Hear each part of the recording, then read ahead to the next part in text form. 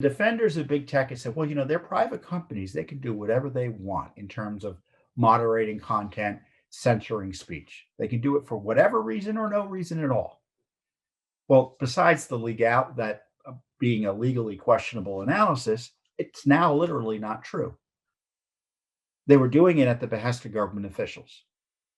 And that raises significant constitutional concerns and liabilities that we are looking at very carefully, if you know what I mean.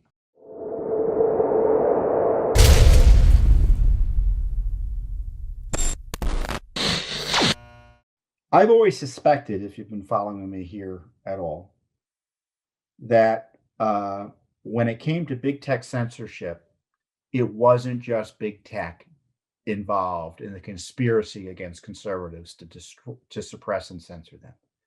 I've jokingly said that it was just too big and too egregious to just involve the private sector. The government somehow had to be involved. And sure enough, Judicial Watch has obtained documents from the California Secretary of State's office confirming that those public officials, government officials, pressured big tech to take down posts by Americans about the elections. Specifically, they successfully pressured YouTube to take down a post that I created, one of my weekly updates about the elections.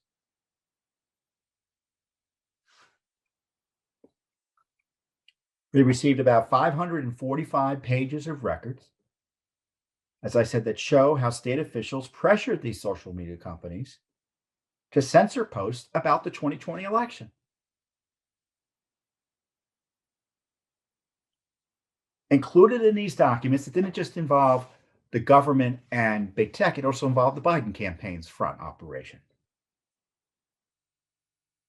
Because the documents turned over to us included misinformation briefings that were compiled by a communications firm called SKDK that lists Biden for president as one of their top clients. So it was the Biden campaign firm. Now, we asked for the records and got them. We didn't even have to sue for them. The agency was kind of proud of their work here, which is kind of disturbing. We asked for these types of records because we saw that there was a report on it. And the report enough is enough, in my view, to warrant a serious investigation. There was an organization called Cal Matters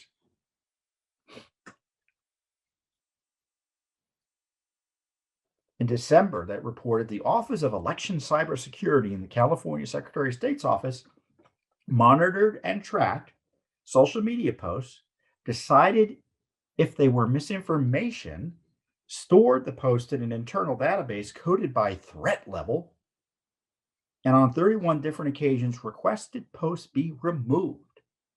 In 24 cases, the social media companies agreed and either took down the posts or flagged them as misinformation, according to Jenna Dresner, Senior Public Information Officer for the Office of Election Cybersecurity, again, a government office. We don't take down posts. That's not our role to play. We alert potential sources of misinformation to the social media companies, and we let them make the call based on community standards they created, which, of course, is a big cop-out. They were getting posts censored. The government has no business telling private companies that there's information that they should take down under their own analysis. What businesses are theirs? I mean, it's one thing if there's a post they think is wrong and someone says, hey, someone's saying this. What's your response, government official? It's quite another thing for a government official to monitor what you're doing online and then going to a social media company and pressuring them to take it down. That's a violation of your constitutional rights under the First Amendment, to put it mildly. And of course, I was targeted, Judicial Watch was targeted, and therefore you were targeted because they're denying you your right to access the information about the election.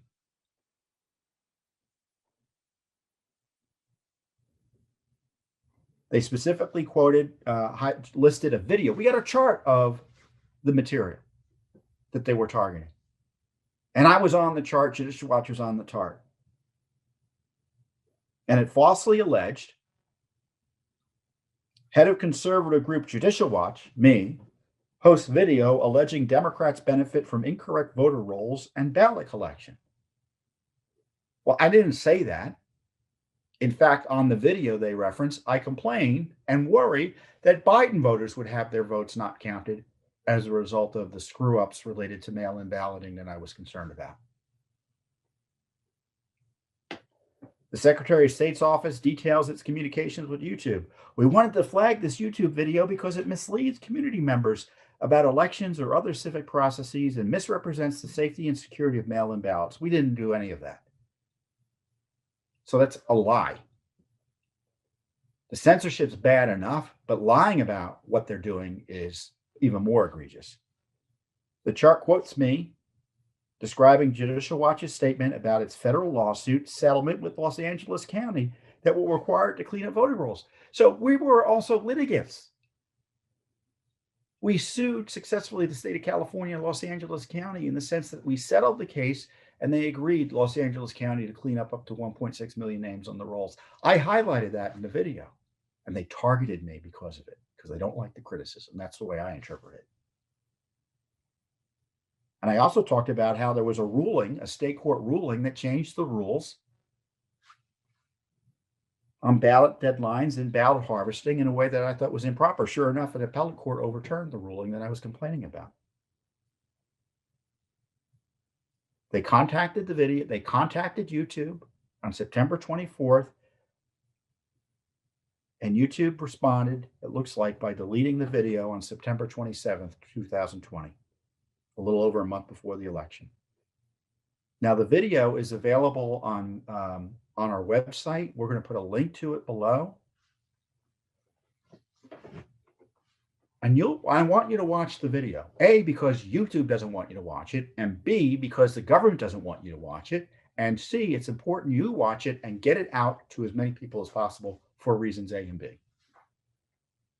It's a great video. And I say that because not because I'm in it, but because I really go through a lot of the issues that turned out to be correct in terms of things I was worried about with the election. And I was accurate. I've been running Judicial Watch for years now. I've been here since 1998, 23 years. I know what I'm doing. And I know what I can and can't say. And I know when I have to be accurate, which is all the time when I'm making public statements. I'm careful. So when I'm censored, it is such an egregious violation of fairness and, frankly, my rights and Judicial Watch's rights. I know what I'm doing. And we know what we're doing when we put material out there. We're careful because we know we're under scrutiny. We know there's a target on our back from our enemies on the left and in government and in the media. And I don't mean just Democrats. I mean Democrats and Republicans. They don't like criticism from independent watchdog groups like Judicial Watch. So we have a government agency working with government officials, with big tech, to take down a critic of the government.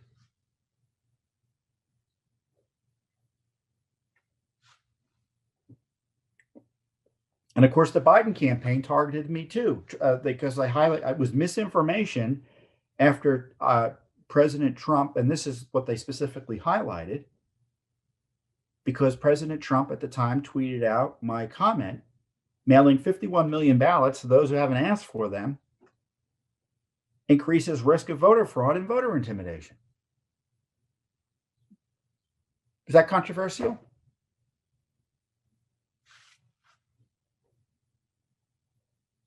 But the government sucked all that up. And I'm a big guy, right? I know that I'm under targeted.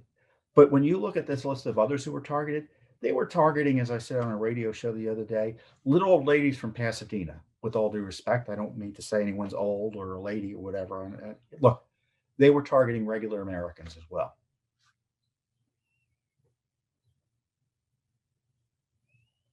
And they knew what they were doing was a problem. They knew, they were worried about it. Because there was this reporter, the reporter actually ended up writing the story here. And the official in the agency said, I am not necessarily comfortable with his lines of questions and the additional doors that this will open. Because he was asking, how are you censoring these people? What are you doing here?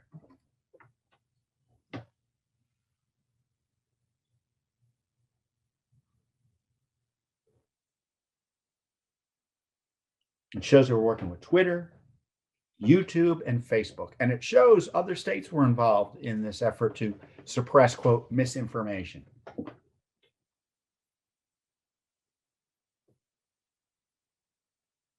So the next time you worry about the media being censored online, don't blame the big tech media companies just by themselves.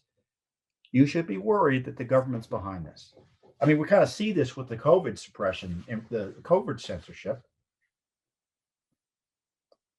where people are being censored, their opinions are being censored, factual information they're putting out there is being censored because it's at odds with the narratives being put out by unnamed government officials, or even worse, WHO, which is some transnational group that has little credibility because of its kowtowing to China.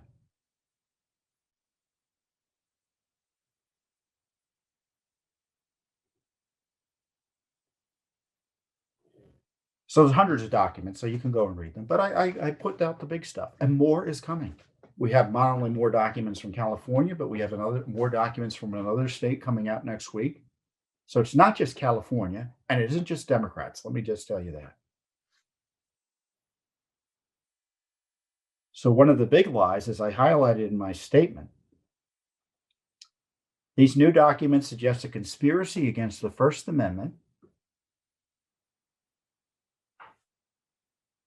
the First Amendment rights of Americans, by the California Secretary of State, the Biden campaign operation, and big tech.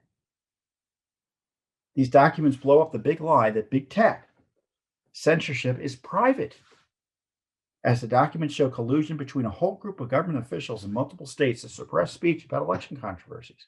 So the defenders of big tech have said, well, they're private companies. They can do whatever they want in terms of moderating content, censoring speech. They can do it for whatever reason or no reason at all.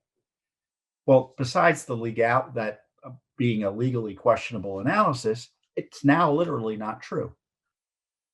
They were doing it at the behest of government officials. And that raises significant constitutional concerns and liabilities that we are looking at very carefully, if you know what I mean. So I could go on and on about it, but this really is a big find, and I encourage you to educate yourself about it and get the word out. And this is, besides supporting Judicial Watch directly, one of the more important things you can be doing is, if you find this information useful, share it, comment. Because the more you do of that, the more widely it gets distributed. We're still on YouTube. We're not leaving YouTube unless we're pushed off. We're not leaving Facebook unless we're pushed off. We're not leaving Twitter unless we're pushed off. I've been locked out of Twitter. But Judicial Watch is still on Twitter. We're going to be everywhere, and we want you to be everywhere. They will lose in the end, the big tech censors, if people just keep on putting the truth out. I quote George Washington. It's one of my favorite quotes. We have it in our office, literally on the wall. The truth will prevail where there is pains taken to bring it to light. And he said is, not are. That's the original quote. So we need you to help with the heavy lifting and get the word out about this. The censors win if we don't get the word out. Thanks for tuning in. Be sure to subscribe to our YouTube channel to catch all the latest news from Judicial Watch.